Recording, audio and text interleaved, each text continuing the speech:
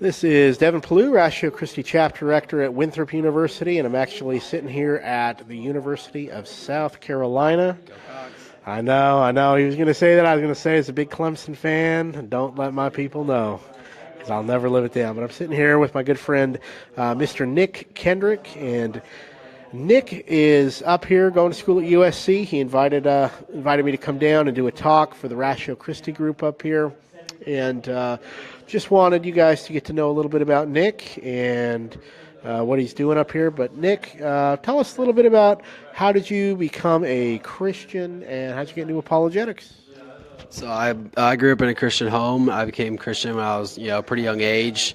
I mean, have the basic story that it feels like every American Christian has. But I mean, I think I kind of made it my own faith, probably more middle school, like early high school, that type of area. Just kind of with my experiences in the church and just how, I don't know, the people who were in my life at that time kind of allowed me to make it my own. And I kind of got into apologetics a little bit early, like middle school, but I really got into it like middle of high school, later high school when I met Devin. And just when I was into it before, but I didn't know much about it. So I was kind of like, don't want to get super into it if I don't know about it, because didn't want to make Christianity look bad, I guess. But, I mean, later in high school, I got introduced to, Ratio Christi, college prep, and just Ratio Christi over at my church because my pastor was really good friends with Devin. And we hit it off. I mean, I've learned a lot about apologetics and just, why we believe. What would you say maybe to some of those parents out there who are wanting to do Ratio Christi college prep and kind of their, the need to do that for the high school students? Would you say high school students have those questions?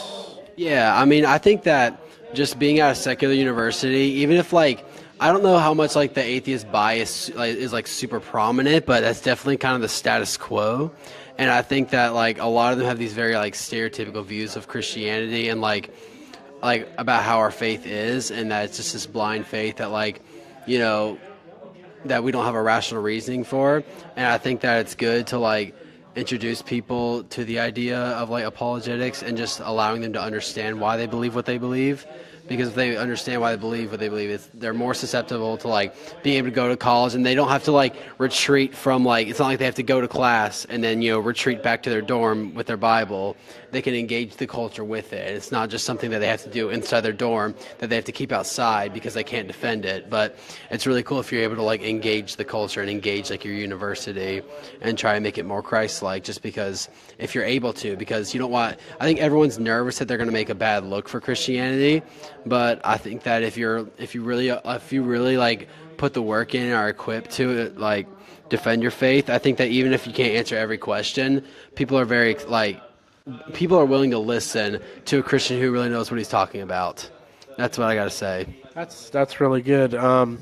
How has apologetics helped embolden you maybe to share the gospel? Would you say has it emboldened you to feel more confident when you're sharing the gospel? Yeah, I mean, I think now I can talk with a more diverse type of people, different people who think differently. I don't just have to talk with people who maybe they believe that Christianity is true, but maybe they just have different issues that they're going through. I can talk to those types of people, or I can talk to people who just straight up don't believe in Christianity, and I can go in there ready to talk about different types of things. I don't have to focus on one thing. I can really make sure I zero in on whatever it is they want to talk about, if that makes sense. Yeah, that's good, man. I appreciate you. And any last words? Any final words? I just think that you really I think really it's important that as Christians we're able to defend our faith, and that it's not just, I think to a certain extent it's definitely about having faith in Jesus, but I think at a certain age and a certain level of maturity, I think it's really important that you start to understand why you believe all these things. Because when you're young, you're obviously not going to understand these things, but I think as you get older, you should yearn to learn more about these things. You shouldn't just do it. One, you should do it because you want people to be more Christ-like and reach them for Christ. And two, I think that we should just have a hunger for knowledge of Jesus and why we believe what he says, and why we believe, and if we're really going to commit our life to this, we should understand to an extent why we believe this, I guess. And go Cox. He meant Tigers, folks. He meant Tigers. That's all right. But thank you guys again. It's your support that allows us to be able to come out here and do the things that we're doing. Ratio Christi, University of South Carolina, incredible group tonight, and pray for this group. We need a chapter director down here, and the students are doing an amazing job, and just a great group, great school. So appreciate you guys, and until next time, God bless.